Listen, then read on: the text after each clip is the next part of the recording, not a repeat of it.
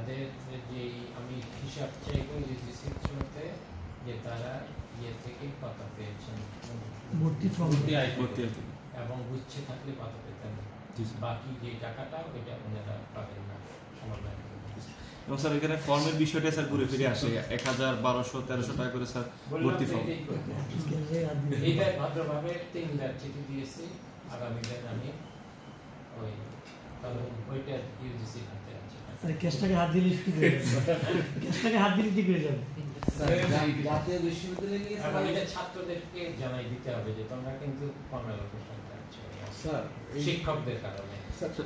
কত রোববারেই ভর্তি শেষ হয়েছে, যে কত সেশনের যে ভর্তিটা এইবার আর কিছু করা যাবে না, এইবার তো যা হয়ে গেছে তা